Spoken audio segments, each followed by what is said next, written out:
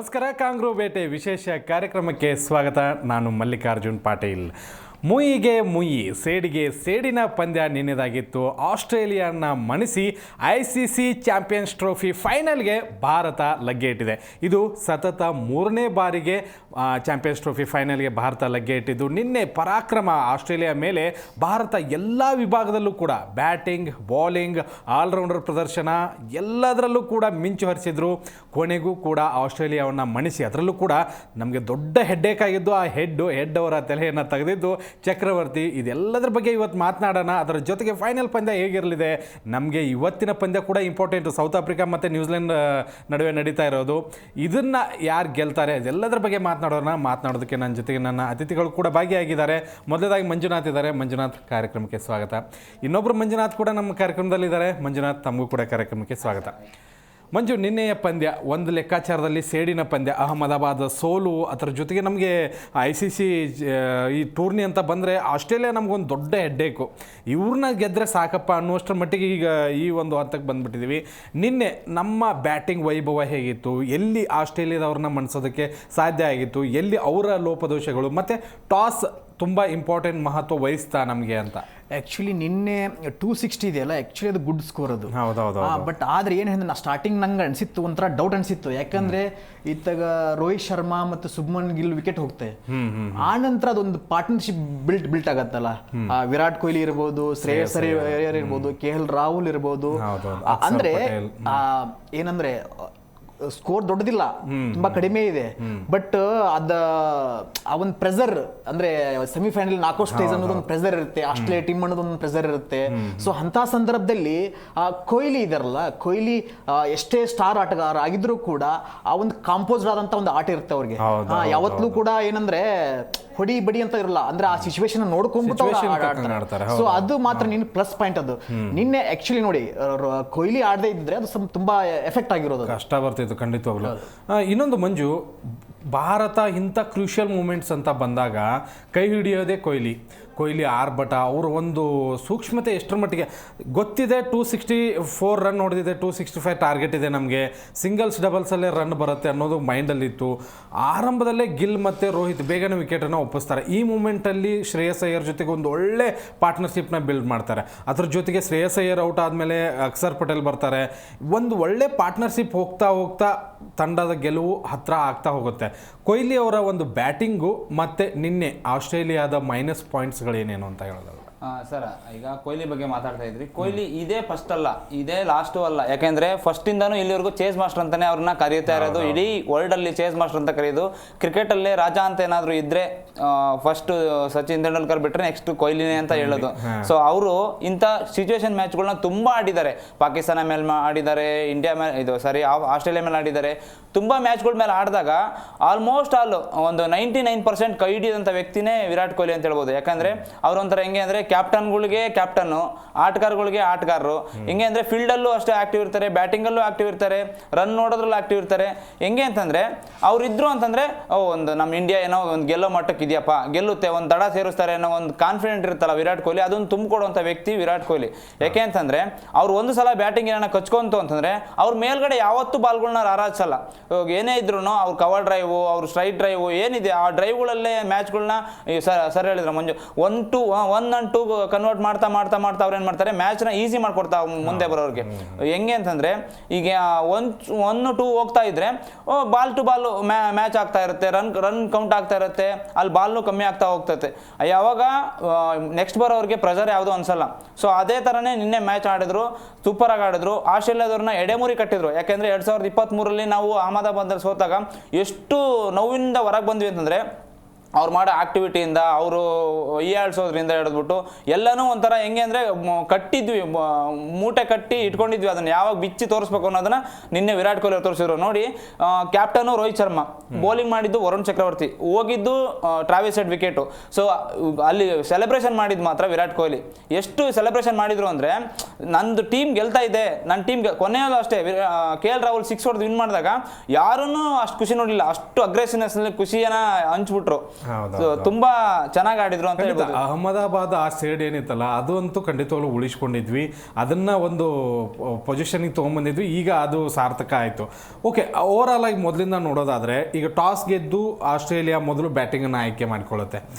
ಆರಂಭದಲ್ಲಿ ಕೂಡ power play ಅಷ್ಟೊಂದು ಪವರ್ ಆಗಿ ಅವ್ರು ತೊಗೊಳ್ಳಿಲ್ಲ, 2 ವಿಕೆಟ್ ಕೂಡ ಕಳೆದುಕೊಳ್ತಾರೆ. ಬಟ್ ಸ್ಮಿತ್ ತುಂಬ ಚೆನ್ನಾಗಿ ಆಡ್ತಾರೆ. ಅದಕ್ಕಿಂತ ಮುಂಚೆ ನಮಗೆ ಹೆಡ್ಡು ಆರಂಭ ತುಂಬ ಚೆನ್ನಾಗೇ ಮಾಡಿದರು, ಬೌಂಡ್ರಿಗಳನ್ನು ಹಿಟ್ ಮಾಡ್ತಾಯಿದ್ರು, 2 6 ಕೂಡ ಬಂದಿತ್ತು.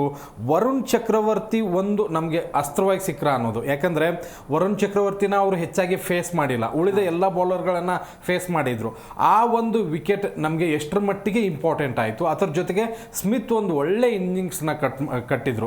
ಆ ಒಂದು ಆಸ್ಟ್ರೇಲಿಯಾ ಬ್ಯಾಟಿಂಗಿಗೆ ಹೋಲಿಸ್ಕೊಂಡ್ರೆ ಕೊನೆಗೆ ಅಲೆಕ್ಸ್ ಕ್ಯಾರಿ ಆಡಿದ್ದು.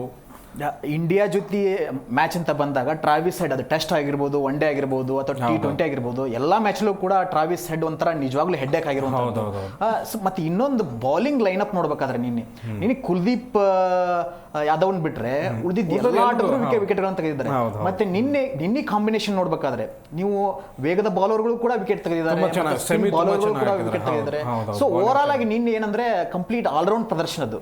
ಸೊ ಆ ಕಾರಣಕ್ಕಾಗಿ ಏನಂದ್ರೆ ನಮ್ದು ಒಂಥರ ಔಟ್ ಪ್ಲೇಡ್ ಅಂತಾರಲ್ಲ, ಆ ಕಾರಣಕ್ಕಾಗಿ ನಮ್ ನಿನ್ನೆ ಸುಲಭವಾಗಿ ಗೆದ್ದಿರುವಂತದ್ದು. ಟ್ರಾವಿಸ್ ಹೆಡ್ ವಿಕೆಟ್ ಬಗ್ಗೆ ಆ ಒಂದು ಮ್ಯಾಜಿಕ್ 3 ಪ್ಲೇಯರ್ಗಳ ಹೆಸರು ಹೇಳ್ತೀನಿ. Travis head, English, Smith, carry, 4 ಜನ ಇವೇನು ಅಂತಂದ್ರೆ ಒಂಥರ ಹೆಂಗೆ ಅಂದ್ರೆ ಬೇಸ್ ಮಟ್ನ ಸ್ಟ್ರಾಂಗ್ ಮಾಡ್ಕೊಡ್ತಾರೆ ಆಸ್ಟ್ರೇಲಿಯಾ ಟೀಮ್ಗೆ. ಯಾಕೆಂದ್ರೆ ಫೇಸ್ ಅಲ್ಲಿ ಹೆಡ್ ಹೊಡ್ತಾ ಹೋದ್ರೆ ಮಿಡ್ಲ್ ಅಲ್ಲಿ ಸ್ಮಿತ್ ಚೆನ್ನಾಗಿ ಆಡ್ತಾರೆ. ಅದಾದ್ಮೇಲೆ ಎಂಡಲ್ಲಿ ಬರ್ತಾ ಕ್ಯಾರಿ ಒಂದ್ಸಲ ಏನಾರ ಕಚ್ಕೊಂಡ್ರು ಅಂತಂದ್ರೆ ಅವ್ರು ಹೆಂಗೆ ಅಂದ್ರೆ ಮ್ಯಾಚ್ ಗೆಲ್ಲೋವರೆಗೂ ಬಿಡಲ್ಲ, ಒಟ್ಟು ಒಂದು ದಡ ಸೇರಿಸೋವರೆಗೂ ಬಿಡಲ್ಲ. ಅವ್ರು ಏನಾದ್ರು ರನ್ಔಟ್ ಆಗಿಲ್ಲ ಅಂದ್ರೆ ಮೇ ಬಿ ನನ್ನ ಪ್ರಕಾರ ಒಂದು 300+ ಅಂತೂ ಸ್ಕೋರ್ ಹೋಗಿರೋದು. ಅವ್ರನ್ನ ರನ್ಔಟ್ ಮಾಡಿದ್ದು ತುಂಬಾ ಒಳ್ಳೇದಾಯ್ತು. ಇನ್ನೊಂದು ಗೊತ್ತಾ, ಆಸ್ಟ್ರೇಲಿಯಾದಲ್ಲಿ ಸ್ಮಿತ್ ನ ಬಿಟ್ರೆ ಯಾರಿಗೂ ಕೂಡ 50+ ಕ್ಯಾರಿ ಲಾಸ್ಟ್ ಅಲ್ಲಿ ಮಾಡಿದ್ರು. ಅದೊಂದು ರನ್ಔಟ್ ಮಾತ್ರ ತುಂಬಾ ಚೆನ್ನಾಗಿತ್ತು. ಅಲ್ಲಿ ಒಂದು 15-20 ಅದು ಅದ್ಭುತವಾದಂಥ ಥ್ರೋ. ಅದು ನನಗೆ ಟ್ರಾವಿಸ್ ಹೆಡ್ ಬಗ್ಗೆನೇ ಹೇಳಬೇಕು ಅಂತಂದರೆ, ಒಂದು ನೋಡಿ ಟೆಸ್ಟ್ ಚಾಂಪಿಯನ್ಶಿಪ್ ಅಂತ ಬಂದಾಗ ಅಲ್ಲಿಯೂ ಕೂಡ 100+, 167 ಹೊಡೆದ್ರು. ಅದಾದ ನಂತರ ವಿಶ್ವಕಪ್ ಅಂತ ಬಂದಾಗ ಅಲ್ಲಿಯೂ ಕೂಡ ಶತಕ ಹೊಡೆದು ನಮ್ಮಿಂದ ಕಸ್ಕೊಂಡಿದ್ರು. ನಿನ್ನೆ ನನಗೆ ಅದೇ ತಲೆಯಲ್ಲಿತ್ತು, ಈತನನ್ನು ಬೇಗ ತೆಗಿಬೇಕು ಅಂತ ಹೇಳಿ. ನನಗೇನಿತ್ತು, ಶಮಿ ಇವ್ರನ್ನ ವಿಕೆಟ್ ತೆಗಿತಾರೆ ಅನ್ನೋದಿತ್ತು. ಆ್ಯಕ್ಚುಲಿ ನಾನು ಆ ಒಳ್ಳೆ ಸ್ವಿಂಗ್ ಆಗ್ತಾ ಇತ್ತಲ್ಲ, ಆದರೆ ವರುಣ್ ಚಕ್ರವರ್ತಿ ಆ ಗಿಮಿಕ್ ಇತ್ತಲ್ಲ, ಅದ್ಭುತವಾಗಿ ಮೂಡಿ ಬಂತು. ಅಲ್ಲಿ ನಮಗೆ ಅರ್ಧ ಆಸ್ಟ್ರೇಲಿಯಾನ ಸೋಲಿಸ್ಬಿಟ್ವಿ ಅನ್ನೋದೇ ತಲೆಗೆ ಬಂತು. ಅದಾದ ನಂತರ ಪಾರ್ಟ್ನರ್ಶಿಪ್ ಬಿಲ್ಡ್ ಆಯಿತು. ಬಟ್ ಎಲ್ಲಿ ಅಂತಂದರೆ ಬಿಗ್ ಸ್ಕೋರ್ ಮಾಡ್ತಾರೆ ಅಂತ ಎಲ್ಲೂ ಕೂಡ ಅನಿಸ್ಲೇ ಇಲ್ಲ. ಆ 264 ಕಟ್ಟಿ ಹಾಕೋದಕ್ಕೆ ಭಾರತದ ಬೌಲರ್ಗಳು ತುಂಬ ಎಫೆಕ್ಟ್ ಮಾಡಿದರು. ಅದರ ಜೊತೆಗೆ ಸ್ಪಿನ್ ಅಸ್ತ್ರನೂ ಕೂಡ ಅಷ್ಟೇ ಎಫೆಕ್ಟ್ ಆಗಿತ್ತು. ಅದರ ಜೊತೆಗೆ ಶಮಿ ಬೌಲಿಂಗ್ ಏನಿತ್ತಲ್ಲ, ಟಚ್ ಮಾಡೋಕ್ಕಾಗ್ತಾ ಇರಲಿಲ್ಲ, ಅಷ್ಟು ಅದ್ಭುತವಾಗಿ ಆಗ್ತಾಯಿದ್ರು. ಆ ಬೌಲಿಂಗಿಂದಲೇ ಅವ್ರನ್ನ ಕಟ್ಟಿ ಹಾಕೋಕೆ ಆಯಿತು. ಅದಾದ ನಂತರ ಬ್ಯಾಟಿಂಗನ್ನು ಆರಂಭ ಮಾಡಿತು ಭಾರತ. ಆರಂಭ ಮಾಡಿದ ತಕ್ಷಣ ಶುಭ್ಮನ್ ಗಿಲ್ ಮೊದಲ ಪಂದ್ಯದಲ್ಲಿ 100 ಹೊಡೆದಿದ್ದಾರೆ, ಇಲ್ಲ ಅನ್ನಲ್ಲ. ಬಟ್ 3ನೇ ಪಂದ್ಯ ಇದು ವೈಫಲ್ಯ ಹೊಂದ್ತಾ ಇರೋದು. ಇಂತಹ ಸ್ಟೇಜ್ಗಳು ಸಿಗೋದು ಕಡಿಮೆ. ಈಗ ನೋಡಿ, ವಿರಾಟ್ ಕೊಹ್ಲಿ 300 ಆಡಿರ್ಬೋದು, ಅಥವಾ ಸಚಿನ್ ತೆಂಡೂಲ್ಕರ್ 450, 460 ಇಷ್ಟ ಆಡಿರ್ಬೋದು. ಬಟ್ ಇಂಥ ಮೂಮೆಂಟ್ಗಳು ಸಿಗೋದು ಒಂದು 5 ಸರಿ 10 ಸರಿ, ಭಾಳ ಅಂದರೆ 15 ಸರಿ. ಇದನ್ನು ಕ್ರೂಷಿಯಲ್ ಮೂಮೆಂಟ್ನ ಬಳಸ್ಕೊಳ್ಬೇಕು. ಈಗ ವಿರಾಟ್ ಕೊಹ್ಲಿ ಮತ್ತು ರೋಹಿತ್ ಶರ್ಮಾ ಇನ್ನೊಂದು 5 ವರ್ಷ ಅಥವಾ 4 ವರ್ಷ 3 ವರ್ಷ ಇಷ್ಟ ಆಡುವಂಥವ್ರು ಇದ್ದಾರೆ. ಅದಾದ ನಂತರ ಗಿಲ್ ಅಂತವರು, ಆಮೇಲೆ ಯಂಗ್ಸ್ಟರ್ಸ್ ಬರಬೇಕು. ಇಂಥ ಮೂಮೆಂಟಲ್ಲಿ ಗಿಲ್ ಬೇಗ ವಿಕೆಟ್ ಒಪ್ಪಿಸಿದ್ದು, ಆಮೇಲೆ ರೋಹಿತ್ ಶರ್ಮಾ ರನ್ ಇದ್ದರೂ ಕೂಡ ಬಿಗ್ ಹಿಟ್ಗಳನ್ನು ಮಾಡೋಕ್ಕೆ ಹೋಗ್ತಾ ಇರೋದು, ಇದೆಲ್ಲೋ ಮೈನಸ್ ಆಗ್ಬೋದು. ಯಾಕಂದರೆ ನಾವು ಇನ್ನೂ ಫೈನಲ್ ಆಡಬೇಕು. ಇದ್ರ ಬಗ್ಗೆ ಏನು ಹೇಳೋದಾದರೆ, ಎಲ್ಲೋ ಒಂದು ಕಡೆ ಏನಂದರೆ ಕೊಹ್ಲಿ ಮತ್ತು ವಿರಾಟ್ ಕೊಹ್ಲಿ ಮತ್ತು ಜಡೇಜಾ ಇವ್ರ ನಂತರ ಯಾರು ಅಂದ್ರೆ ಒಂದು ಟೀಮ್ ಅನ್ನ ಲೆಗಸಿಯನ್ನ ಕಂಟಿನ್ಯೂ ಮಾಡೋರು ಅಂತ ಬಂದಾಗ ಗಿಲ್ ಹೆಸರು, KL ರಾಹುಲ್ ಹೆಸರು, ಈ ಎಲ್ಲಾ ಆಟಗಾರರು ಮೊದಲು ಬರುತ್ತೆ. ಬಟ್ ಪ್ರಾಬ್ಲಮ್ ವಿತ್ ಗಿಲ್ ಏನಂತಂದ್ರೆ ಕನ್ಸಿಸ್ಟೆನ್ಸಿ ಇಲ್ಲ. ಒಂದ್ ಮ್ಯಾಚ್ 100 ಹೊಡಿತಾರೆ, ಆ ನಂತರ ಕಂಟಿನ್ಯೂಸ್ ಒಂದು 5 ಮ್ಯಾಚ್ ಫೇಲ್ ಆಗೋದು. ಸೊ ಇದು ಪ್ರಾಬ್ಲಮ್ ಆಗಿರೋದು. ಅದು ಕನಿಷ್ಠ ಏನಾದ್ರು ಈಗ ಕೊಹ್ಲಿ ನೋಡಿ, ಒಂದ್ ಕನಿಷ್ಠ ಆದ್ರೂ 50 ಅವರೇಜ್ ಪ್ರತಿ ಮ್ಯಾಚ್ ಅಲ್ಲಿ ಇರುತ್ತೆ. ಬಟ್ ಅವರು ದೊಡ್ಡ ಮ್ಯಾಚ್ ಅಲ್ಲಿ ಆಡ್ತಾರೆ, ಬಿಗ್ ನಾಕ್ಔಟ್ ಮ್ಯಾಚ್ ಅಲ್ಲಿ ನೀವು ಫ್ರೆಷರ್ ಹ್ಯಾಂಡಲ್ ಮಾಡಕ್ ಆಗ್ಲಿಲ್ಲ ಅಂದ್ರೆ ಕಷ್ಟ ಆಗತ್ತೆ ಅಂತ ನನಗೆ ಅನ್ಸುತ್ತೆ. ಮತ್ತೆ ಮಂಜು, ಒಂದು ರೋಹಿತ್ ಶರ್ಮಾ ಅವರ ಆ ಒಂದು ವೇಗದ ಆಟದ ಅವಶ್ಯಕತೆ ಇದೆಯಾ? ಅಂದರೆ ಸ್ಕೋರ್ ಇದೆ, ಆಮೇಲೆ 300+ ಅಂತೂ ನಾವು ಏನು ಚೇಸ್ ಮಾಡ್ತಾ ಇಲ್ಲ, ಹೊಡಿಬಡಿ ಆಟಕ್ಕೆ ಮುಂದಾಗಿ ವಿಕೆಟ್ನ ಒಪ್ಪಿಸ್ತಾ ಇರೋದು, ಇದ್ರ ಬಗ್ಗೆ ಹೇಳೋದಾದ್ರೆ ಸರ್, ಮುಂಚೆ ಹೆಂಗಿತ್ತು ಅಂದರೆ ಇಂಡಿಯನ್ ಟೀಮ್ ಅಂದ ತಕ್ಷಣ 1 ವಿಕೆಟ್ 2 ವಿಕೆಟ್ ಹೋಯ್ತು ಅಂದರೆ ಅಂತ ಕೊಂಡಿಯಪ್ಪ ಉದ್ದಿಸ ಹೋಗ್ತಾ ಇದೆ. ಈಗ ಹಂಗೆ ಹಿಂಗೆ ವಿಕೆಟ್ ಮೇಲೆ ಬಿದ್ದು ಹೋಗುತ್ತೆ, ಹಂಗಿಲ್ಲ. ಈಗ ಹೆಂಗೆ ಅಂದರೆ ರೋಹಿತ್ ಶರ್ಮಾ ಕ್ಯಾಪ್ಟನ್ಸ್ 4 ಆಡಬೇಕಿತ್ತು, ಅವ್ರು ಆಡಿಲ್ಲ, ಎಲ್ಲೋ ಎಡವಿದ್ರು ನಾಕ್ಔಟ್ ಬಂದಿದ್ದಲ್ಲಿ. ಸೊ ಅದನ್ನ ಕ್ಯಾರಿ ಫಾರ್ವರ್ಡ್ ಮಾಡಿದ್ದು ನಮ್ಮ ವಿರಾಟ್ ಕೊಹ್ಲಿ. ಅದು ಬಿಟ್ಟರೆ ರೋಹಿತ್ ಶರ್ಮಾ ಶರ್ಮಾ ತುಂಬ ಕಲಿಯೋದಿದೆ. ಅಂದರೆ ನಾನು ನಾಕೌಟ್ ಮ್ಯಾಚಲ್ಲಿ ಕ್ಯಾಪ್ಟನ್ಸ್ ಆಡಬೇಕು, ನಾನು ಒಂದು ಸ್ವಲ್ಪ ಕೂರಬೇಕು, ನಾನು ಒಂದು ಸ್ವಲ್ಪ ನಿಲ್ಲಬೇಕು, ಯಾಕಂದರೆ ಬರೋರ್ನ ಒಂದು ಸ್ವಲ್ಪ ತಗೊಂಡೋಗ್ಬೇಕು. ಒಂದು 10 ಓವರ್ 20 ಓವರ್ ಏನಾದರೂ ನಿಂತ್ಕೊಂಡು ಆಡಿದ್ರು ಅಂದರೆ ಅವ್ರು ನೆಕ್ಸ್ಟ್ ಲೆವೆಲ್ ಬ್ಯಾಟಿಂಗೇ ಆಡ್ತಾರೆ. ಅವ್ರನ್ನ ಹಿಟ್ ಮ್ಯಾನ್ ಅಂತಲೇ ಕರೀತಾರೆ. ಅವ್ರು ಒಂದ್ಸಲ ಏನಾದರೂ ಹಿಟ್ ಮಾಡೋಕ್ಕೆ ಸ್ಟಾರ್ಟ್ ಮಾಡಿದ್ರು ಅಂದರೆ ನೀವು ಹೇಳಿದ್ರಿ ರನ್ಗಳು ಸುರಿಮಳೆನೇ ಆಗುತ್ತೆ. ಇನ್ನು ಶುಭ್ಮನ್ ಗಿಲ್ ಬಗ್ಗೆ ಮಾತಾಡೋದಾದ್ರೆ ಅವರು ಯಂಗ್ಸ್ಟರ್ ನೋಡಿ ಕಲಿಯೋದು ತುಂಬ ಇದೆ. ಜಡೇಜಾದ ನೋಡಿ ಕಲಿಯೋದಿದೆ, ವಿರಾಟ್ ಕೊಹ್ಲಿಯಿಂದ ಫಸ್ಟ್ ಆಫ್ ಆಲ್ ನೋಡಿ ಕಲಿಯೋದಿದೆ. ಯಾಕಂದರೆ ಅವ್ರು ಹೇಳ್ತಾ ಇರ್ತಾರೆ, ನಾನು ವಿರಾಟ್ ಕೊಹ್ಲಿ ಬ್ಯಾಟಿಂಗ್ನ ಇಷ್ಟಪಡ್ತೀನಿ, ಅವ್ರು ಬಿಟ್ಟರೆ ನೆಕ್ಸ್ಟು ನಾನು ಯಾರನ್ನೂ ಇಷ್ಟಪಡಲ್ಲ, ಆ ಒಂದು ಮಾತಾಡುವಾಗ ಸೊ ಅವರಲ್ಲಿರೋವಂಥ ಕ್ವಾಲಿಟಿನೂ ಒಂದು ಸ್ವಲ್ಪ ಅಪ್ಲೈ ಮಾಡ್ಕೋಬೇಕಲ್ವಾ. ಸೊ ಅವರೇನೋ ಈಗ ಮಂಜು ಸರ್ ಹೇಳಿದಂಗೆ 100 ಏನೋ ಹೊಡೆದ್ಬಿಡ್ತಾರೆ, ಆಮೇಲೆ ವಿಕೆಟ್ ಮೇಲೆ ವಿಕೆಟ್ ಬಿದ್ದು ಅದನ್ನ ಕನ್ಸಿಸ್ಟೆನ್ಸಿ ಅನ್ನಲ್ಲ. ನಾನು ಒಂದರ ಗುಡ್ ಮ್ಯಾಚ್ ಸಿಕ್ತು ಹೊಡೆದೆ, ಬ್ಯಾಡ್ ಮ್ಯಾಚ್ ಸಿಕ್ತು ಔಟ್ ಆದೆ ಅನ್ನೋ ಒಂದು ಕಾನ್ಸೆಪ್ಟ್ ಇರಬಾರ್ದು. ಯಾಕೆಂದರೆ ನೆಕ್ಸ್ಟ್ ಇಂಡಿಯಾನ ಮುಂದಕ್ಕೆ ತಗೊಂಡೋಗೋ ಪೀಳಿಗೆಗೆ ನೆಕ್ಸ್ಟು ಎಕ್ಸಾಂಪಲ್ ಆಗಿ ಕೊಡೋದಾದರೆ ಬೆಸ್ಟ್ ಹೇಳ್ದಂಗೆ ಶುಭ್ಮನ್ ಗಿಲ್ಲು, KL ರಾಹುಲ್, ಹಾರ್ದಿಕ್ ಪಾಂಡ್ಯ, ನೆಕ್ಸ್ಟ್ ಯಂಗ್ಸ್ಟರ್ಗೆ ಜೈಸ್ವಾಲ್ ಬರ್ಬೋದು. ಹಿಂಗೆ ಬಂದಾಗ ಒಂದು ಟೀಮ್ನ ನಡೆಸೋಂಥ ಕೆಪಾಸಿಟಿ ಇರೋದು ಶುಭ್ಮನ್ ಗಿಲ್ಗೆ ಅಂತ ಹೇಳ್ತೀನಿ. ಸೊ ಇನ್ನೊಂದು ಏನು ಅಂತಂದರೆ ನಮ್ಮ ಇಂಡಿಯನ್ ಟೀಮ್ ಅಲ್ಲಿ ಸ್ಪಿನ್ ಅಟ್ಯಾಕ್ನ ನಾನು ಹೇಳ್ತೀನಿ. ಓವರ್ ಆಲ್ ಏನು ವರ್ಲ್ಡಲ್ಲಿ ಏನು ಟೀಮ್ಗಳಿದ್ದಾವೆ, ನಂದು ಇಂಡಿಯನ್ ಟೀಮಲ್ಲಿರೋ ಸ್ಪಿನ್ ಅಟ್ಯಾಕು ದಿ ಬೆಸ್ಟ್ ಅಂತ ನಾನು ಹೇಳ್ತೀನಿ. ಯಾಕೆ ಅಂತಂದರೆ ವರುಣ್ ಚಕ್ರವರ್ತಿಯಿಂದ ಹಿಡಿದು ಕುಲ್ದೀಪ್ ಯಾದವ್ ಇಂದ ಹಿಡಿದು ಜಡೇಜಾ ಇಂದ ಹಿಡಿದು ಎಲ್ಲೂ ಮೈನಸ್ಗಳನ್ನ ಕಾಣಲೇ ಇಲ್ಲ. ನಾವು ಯಾರು ಮೈನಸ್ ಕಾಣಲಿಲ್ಲ. ಕುಲ್ದೀಪ್ಗೆ ವಿಕೆಟ್ ಬೀಳ್ತಾ ಇಲ್ಲ ಅಂದ್ರೂ ಒಂದು ಟೀಮಲ್ಲಿ ವಿಕೆಟ್ ಬೀಳ್ತಾ ಇದೆ ಅಂದರೆ ಎಲ್ಲೋ ಒಬ್ರು ಮೈನಸ್ ಆದ್ರೂ ಅಲ್ಲಿ ಪ್ಲಸ್ ಆಗ್ತಾ ಹೋಗುತ್ತೆ. ಈಗ ವರುಣ್ ಚಕ್ರವರ್ತಿ ನೀವು ಹೇಳಿದ್ರೆ ಔಟ್ ಆಫ್ ಚಾಪ್ಟರ್ ಯಾರಿಗೆ ಹೆಡ್ಗೆ ಅವ್ರು ನಮಗೆ ತಲೆನೋವಾಗಿದ್ರು, ಆ ಹೆಡ್ನ ಕಟ್ ಮಾಡಿದ್ದು ಚಕ್ರವರ್ತಿ. ಅವ್ರು ಚಕ್ರವರ್ತಿ ಆಟನೇ ಆಡ್ಬಿಟ್ರು, ಚಕ್ರವರ್ತಿ ತರಾನೇ ಒಂದು ಚಕ್ರನ ಬೀಸಿ ಅವ್ರ ವಿಕೆಟ್ನ ತಗೊಂಡ್ರು. ಅದು ನಮಗೆ ಲಕ್ಕಿಲಿ ಬೆಸ್ಟ್ ಅನ್ಸುತ್ತೆ. ಇನ್ನೊಂದು ರೋಹಿತ್ ಶರ್ಮಾ ಅಂತ ಹೇಳಿದ್ರಲ್ಲ ನೀವು, ರೋಹಿತ್ ಶರ್ಮಾ ಅಂದು ನಿಜವಾಗ್ಲೂ ಏನಂದ್ರೆ ಸ್ಟಾರ್ಟಿಂಗ್ 10 ಮತ್ತು 15 ಓವರ್ಸ್ ಇರುತ್ತಲ್ಲ, ಅದು ಭಾಳ ಕ್ರುಷಿಯಲ್ ಆಗಿರುತ್ತೆ. ಯಾಕಂದ್ರೆ ಅವ್ರ ಒಂದು ವೇಗದ ಆಟ ಇದೆಯಲ್ಲ, ಅದು ನೆಕ್ಸ್ಟ್ ಬರುವಂತ ಆಟಗಾರರಿಗೆ ಒಂದು ಟೈಮಿಂಗ್ ಕೊಡುತ್ತೆ. ಅಂದ್ರೆ ಬಾಲ್ಗಳು ಜಾಸ್ತಿ ಸಿಗ್ತವೆ, ಸೆಟಲ್ಡ್ ಆಗಕ್ಕೆ ಟೈಮ್ ಸಿಗುತ್ತೆ, ಮತ್ತೆ ಎವರೇಜ್ ಅನ್ನ ಮೇಂಟೈನ್ ಮಾಡುವಂತದ್ದು. ಈ ಕಾರಣಕ್ಕಾಗಿ ರೋಹಿತ್ ಶರ್ಮಾ ಬ್ಯಾಟಿಂಗ್ ಇದೆಯಲ್ಲ, ಸ್ಟಾರ್ಟಿಂಗ್ ಬ್ಯಾಟಿಂಗ್ ಅದು ಬಹಳ ಇಂಪಾರ್ಟೆಂಟ್ ಆಗುತ್ತೆ. ಸೊ ಅದೇ ಕಾರಣಕ್ಕಾಗಿ ಅವರು ಅಷ್ಟು ವೇಗವಾಗಿ ಆಡೋದು. ಹೌದೌದು, ಇದನ್ನ ನಾನು ಒಪ್ಕೋತೀನಿ. ಯಾಕಂದ್ರೆ ಆರಂಭದಲ್ಲಿ ಪವರ್ ಪ್ಲೇ ಇರುತ್ತೆ, ಆಮೇಲೆ ಹೊಸ ಬಾಲ್ ನಲ್ಲಿ ಅವ್ರಿಗೆ ಹಿಟ್ ಮಾಡುವಂತ ಸಾಮರ್ಥ್ಯ ಕೂಡ ಇರುತ್ತೆ. ಪವರ್ ಪ್ಲೇನಲ್ಲೇ ಒಂದು ಬಿಗ್ ಸ್ಕೋರ್ ಬಂದ ಮೇಲೆ ಮಧ್ಯಮ ಕ್ರಮಾಂಕದ ಮೇಲೆ ಒಂದು ಸ್ವಲ್ಪ ಒತ್ತಡ ಕಡಿಮೆ ಆಗುತ್ತೆ. ಅದನ್ನ ಈಸಿಯಾಗಿ ಹ್ಯಾಂಡಲ್ ಮಾಡ್ಬೋದು. ಮತ್ತೆ ಫಿನಿಷರ್ ಅಂತ ಏನು ಬರ್ತಾರಲ್ಲ ಅವ್ರಿಗೆ ಹೆಚ್ಚಿನ ಪ್ರೆಷರ್ ಇರೋದಿಲ್ಲ. ಈ ಕಾರಣಕ್ಕಾಗಿ ಅವರು ಹೊಡಿಬಡಿ ಆಟಕ್ಕೆ ಮುಂದೋಗ್ತಾ ಇದ್ದಾರೆ. ಬಟ್ ಈ ಮೂಮೆಂಟಲ್ಲಿ ವಿಕೆಟನ್ನು ಕಳ್ಕೊಳ್ಳೋದು ಅಷ್ಟರ ಮಟ್ಟಿಗೆ ಎಲ್ಲೋ ಬಿಗ್ ಮ್ಯಾಚ್ಗಳಲ್ಲಿ ಅಂಥ ಬಿಗ್ ಮ್ಯಾನ್ಗಳು ವಿಕೆಟ್ ಹೋದಾಗ ಒಂದು ಸ್ವಲ್ಪ ಬೇರೆಯವ್ರಿಗೂ ಕೂಡ ಪ್ರೆಷರ್ ಬೀಳುತ್ತೆ. ನಿನ್ನೆ ನೋಡಿ ವಿರಾಟ್ ಕೊಹ್ಲಿ ಅವ್ರದ್ದು ಕ್ಯಾಚ್ ಬಿಟ್ಟರು, ಯಾರು ಮ್ಯಾಕ್ಸ್ವೆಲ್ಲು, ಅಂಥ ಮೂಮೆಂಟ್ಸ್ಗಳು ಏನಾದರೂ ಬೇಗನೆ ಆಗಿಬಿಟ್ರೆ, ವಿರಾಟ್ ಕೊಹ್ಲಿ ವಿಕೆಟ್ ಹೋಗ್ಬಿಟ್ರೆ ಅಂಥ ಎಕ್ಸ್ಪೀರಿಯನ್ಸ್ ಬ್ಯಾಟ್ಸ್ಮನ್ಗಳು ಯಾರು ನಮಗೆ ಸಿಗಲ್ಲ. ಅದಕ್ಕೆ ಒಂದು ಸ್ವಲ್ಪ ಪ್ರತಿ ಮ್ಯಾಚು ನಾವು ಕೊಹ್ಲಿ ಆಡಬೇಕು ಅಂತ ಎಕ್ಸ್ಪೆಕ್ಟ್ ಮಾಡೋದು ತಪ್ಪಾಗತ್ತೆ. ಒಂದೊಂದು ಸರಿ ಗಿಲ್ಲು ಆಡಬೇಕು, ರೋಹಿತ್ ಆಡಬೇಕು, ಶ್ರೇಯಸ್ಸು ಆಡಬೇಕು, ಫಿನಿಷರ್ಸ್ಗಳು ಕೂಡ ಬರಲೇಬೇಕಾಗತ್ತೆ. ಈ ಹಂತದಲ್ಲಿ ಇನ್ನೊಂದು ತುಂಬ ಇಂಪಾರ್ಟೆಂಟ್ ಕ್ರೂಷಿಯಲ್ ಅಂತ ಅಂದರೆ ನಮಗೆ KL ರಾಹುಲ್ ಅವರ ಬ್ಯಾಟಿಂಗ್ನಿಂದ ಒಳ್ಳೆ ರನ್ ಬಂತು. ಅವ್ರಿಗೆ ಹಾರ್ದಿಕ್ ಪಾಂಡ್ಯ ಕೂಡ ಒಳ್ಳೆ ಸಾಥ್ನ ಕೊಟ್ಟರು. ಆ 3 ಸಿಕ್ಸಸ್ ಏನಿದೆ ಅಲ್ಲ, ಆ ಪ್ರೆಷರ್ನ ದೂರ ಮಾಡಿತು. ಒಂದು ಇನ್ನೂ ಬಾಲ್ ಟು ರನ್ ಬೇಕಾದಾಗಲೇ ಕೊಹ್ಲಿ ವಿಕೆಟ್ ಹೋಗಿಬಿಟ್ಟಿತ್ತು. ಆ ಮೂಮೆಂಟಿಗೆ ಆ ಇಬ್ಬರ ಪಾರ್ಟ್ನರ್ಶಿಪ್ಪು ಎಷ್ಟರ ಮಟ್ಟಿಗೆ ಖುಷಿ ಕೊಡ್ತು. ಆ ಸಿಕ್ಸರ್ಗಳು ಹೇಗಿತ್ತು ಅಂತ ನಿನ್ನೆ ಅಥವಾ ಮೊನ್ನೆ ಹರ್ಷ ಬೋಗ್ಲೆ ಒಂದು ಮಾತು ಹೇಳ್ತಿದ್ರು, ನಿಮ್ಮ ಹೆಸರು ರಾಹುಲ್ ಆಗಿದ್ರೆ ನೀವು ಬೆಂಗಳೂರಿಂದ ಬಂದಿದ್ರೆ ನೀವು ಎಲ್ಲದಕ್ಕೂ ರೆಡಿ ಅಂತಂದು. ಅಂದ್ರೆ ನೀವು opening ready, one down ready, 3rd 4th ಬರಾಕು ರೆಡಿ, ಮತ್ತೆ ಕೀಪಿಂಗ್ ಅಂದ್ರೆ ಕೀಪಿಂಗು ರೆಡಿ. ಸೊ ಅಂದ್ರೆ ಅಷ್ಟು ಫ್ಲೆಕ್ಸಿಬಿಲಿಟಿ ಅದನ್ನ ಅಡಾಪ್ಟ್ ಮಾಡ್ಕೊಳ್ಳುವಂತ ಒಂದು ಸ್ಕಿಲ್ KL ರಾಹುಲ್ ಕಡೆ ಇದೆ.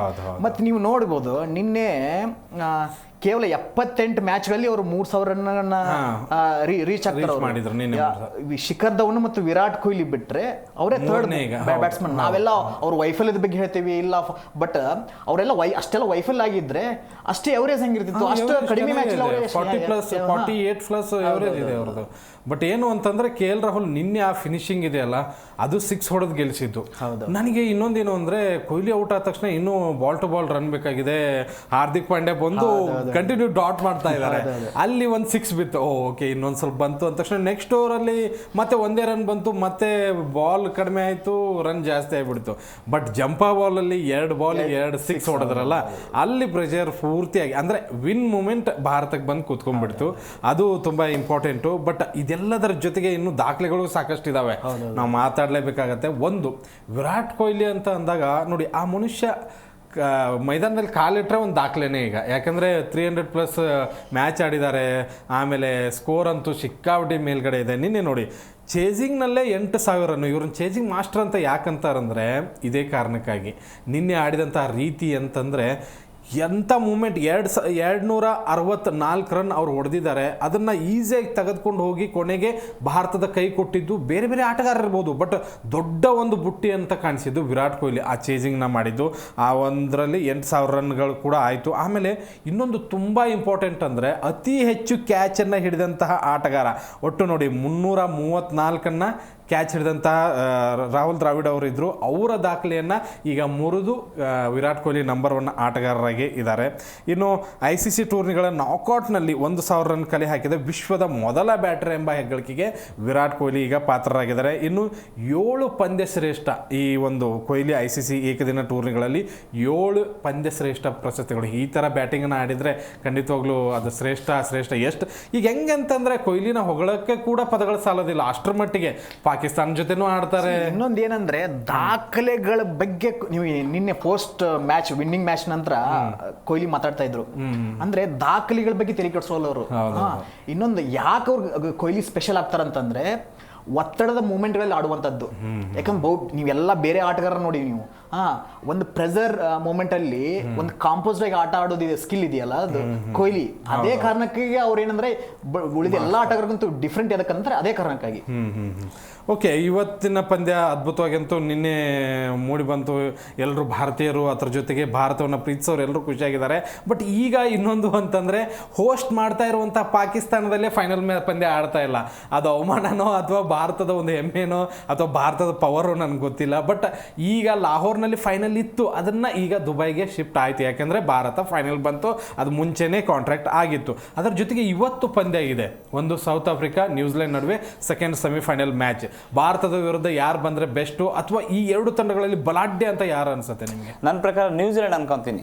ಯಾಕೆ ಅಂತಂದ್ರೆ ಅಲ್ಲಿ ಹೇಳ್ದಂಗೆ ಏನು ಸೇಮ್ ಹೆಂಗಿದೆ, ಸ್ಪಿನ್ ಅಟ್ಯಾಕ್ ಚೆನ್ನಾಗಿದೆ, ಬೌಲಿಂಗ್ ಅಟ್ಯಾಕ್, ಇದು ಸ್ಪೀಡ್ ಬೌಲರ್ ಚೆನ್ನಾಗಿದ್ದಾರೆ, ಬ್ಯಾಟಿಂಗ್ ಲೈನಪ್ ಅಂತೂ ಅಲ್ಟಿಮೇಟ್ ಆಗಿದೆ.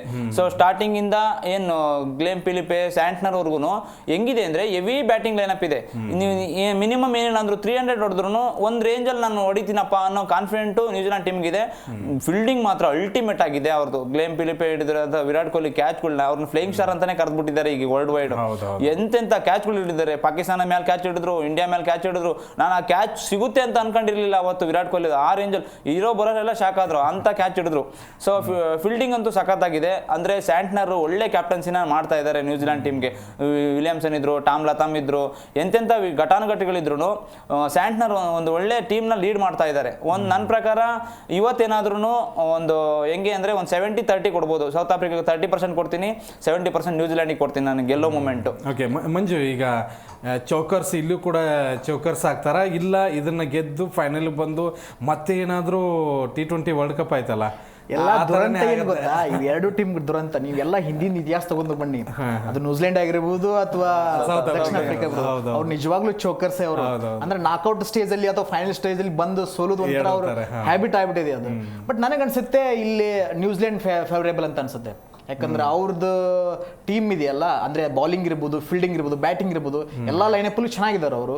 ಸೊ ನನಗನ್ಸುತ್ತೆ ನ್ಯೂಜಿಲೆಂಡ್. ಓಕೆ, ಇನ್ನು ಕೊನೆಯದಾಗಿ ಭಾರತ ಈ ಒಂದು ಸೆಮಿಫೈನಲ್ನಲ್ಲಿ ಎಲ್ಲಾದರೂ ಎಡಿಯುತ್ತಾ, ಅದನ್ನು ತಿದ್ಕೋಬೇಕು, ಫೈನಲ್ ಪಂದ್ಯದಲ್ಲಿ ಇದನ್ನು ಒಂದು ಸ್ವಲ್ಪ ತಿದ್ದುಕೊಂಡ್ರೆ ನಮಗೆ ಬೆಸ್ಟು ಅಂತ ಅನಿಸಿದ್ಯಾ? ಏನಾದರೂ ಪಾಯಿಂಟ್ಸ್ ಇದೆಯಾ? ಇಲ್ಲ, ಅಂದರೆ ಅಫ್ಕೋರ್ಸ್ ನಾವು ಕೆಲವೊಮ್ಮೆ ಮಿಡಲ್ ಆರ್ಡರ್ ಫೇಲ್ ಆಗ್ತಿದ್ವಿ. ಬಟ್ ಈ ಸಂದರ್ಭದಲ್ಲಿ ಮಿಡಲ್ ಆರ್ಡರ್ ಚೆನ್ನಾಗಿದೆ. ಸೊ ನನಗೆ ಎರಡು ಕಡೆ ಹೇಳ್ತೀನಿ ಸರ್ ನಾನು. ಈಗ ರೋಹಿತ್ ಶರ್ಮಾ ಒಂದು ಸ್ವಲ್ಪ ನಿಂತ್ಕೊಂಡು ನೋಡ್ಬೇಕು, ಯಾಕೆಂದ್ರೆ ಮುಂದೆ ಬರೋರಿಗೆ ಒಂದು ಸ್ವಲ್ಪ ಪ್ರೆಷರ್ನ ಕಮ್ಮಿ ಮಾಡ್ಕೊಡ್ಬೇಕು. ಶುಭ್ಮನ್ ಗಿಲ್ಲು ಹಳೆ ಚಾಳಿನ ಒಂದು ಸ್ವಲ್ಪ ಕಂಟಿನ್ಯೂ ಮಾಡ್ಬೇಕು. ಯಾಕೆಂದ್ರೆ ಹೊಸ ಪೀಳಿಗೆಗೆ ಅವರು ನಾಂದಿ ಆಡೋ ಅಂತ ಮುಂದಾಳತ್ವ ತಗೊಳ್ಳೋಂತ ವ್ಯಕ್ತಿ. ಅದಾದ್ಮೇಲೆ ಕುಲ್ದೀಪ್ ಅವರು ಒಂದು ಸ್ವಲ್ಪ ಆನ್ ಬರ್ಬೇಕು. ಇಷ್ಟು ಇಂಡಿಯಾದಲ್ಲಿ ಒಂದು ಸ್ವಲ್ಪ ಬದಲಾವಣೆ ಆಗ್ಬೇಕು. ಎಸ್ ನಿನ್ನೆ ಆಟದ ಬಗ್ಗೆ, ಅದ್ರ ಜೊತೆಗೆ ಇವತ್ತಿನ ಪಂದ್ಯ ಇದೆ, ಅದ್ರ ಬಗ್ಗೆನೂ ತುಂಬಾ ಚೆನ್ನಾಗಿ ಇಬ್ರು ಕೂಡ ವಿವರಣೆ ಕೊಟ್ರಿ. ಇಬ್ರಿಗೂ ಕೂಡ ಕಾರ್ಯಕ್ರಮ ಕಾರ್ಯಕ್ರಮದಲ್ಲಿ ಭಾಗಿಯಾಗಿದ್ದಕ್ಕೆ thank you thank you so much. Yes ವೀಕ್ಷಕರೇ, ಖಂಡಿತವಾಗ್ಲೂ ಭಾರತ ಅಂತೂ ಫೈನಲ್ಗೆ ಲಗ್ಗೆ ಇಟ್ಟಿದೆ. ಭಾರತ ಎಲ್ಲ ಮಾರ್ಕ್ಸ್ಗಳನ್ನು ಕೂಡ ಪಡೆದುಕೊಂಡಿದೆ. ಒಂದು ಬ್ಯಾಟಿಂಗ್ ಆಗಿರ್ಬೋದು, ಬಾಲಿಂಗ್ ಆಗಿರ್ಬೋದು, ಆಲ್ರೌಂಡರ್ ಆಗಿರ್ಬೋದು, ಅದರಲ್ಲೂ ಕೂಡ ಸ್ಪಿನ್ ಅಸ್ತ್ರ ಮಾತ್ರ ದುಬೈನಲ್ಲಿ ಅದ್ಭುತವಾಗಿ ವರ್ಕೌಟ್ ಆಗ್ತಾ ಇದೆ. ಫೈನಲ್ನಲ್ಲೂ ಕೂಡ ಇದನ್ನು ಮುಂದುವರಿಸಬೇಕು. ಬಟ್ ಇವತ್ತು ಮಧ್ಯಾಹ್ನ ಕಿವೀಸ್ ಹಾಗೂ ಯಾವಾಗಲೂ ನಾವು ಚೌಕರ್ಸ್ ಅಂತ ಕರಿತೀವಿ ಸೌತ್ ಆಫ್ರಿಕಾದವರು, ಯಾರು ಗೆಲ್ತಾರೆ, ನಮಗೆ ಯಾರು ಬಂದರೆ ಲಾಭ ಅನ್ನೋದು ಕೂಡ ಲೆಕ್ಕಾಚಾರಗಳು ಸಾಕಷ್ಟಿದ್ದಾವೆ. ಇಂಥ ಕ್ರೀಡಾ ಅಪ್ಡೇಟ್ಸ್ಗಳನ್ನು ನೀಡ್ತಾನೆ ಇರ್ತೀವಿ. ನೋಡ್ತಾ ಇರಿ ಜಿ ಕನ್ನಡ ನ್ಯೂಸ್, ಸತ್ಯವೇ ಸುದ್ದಿಯ ಜೀವಾಳ.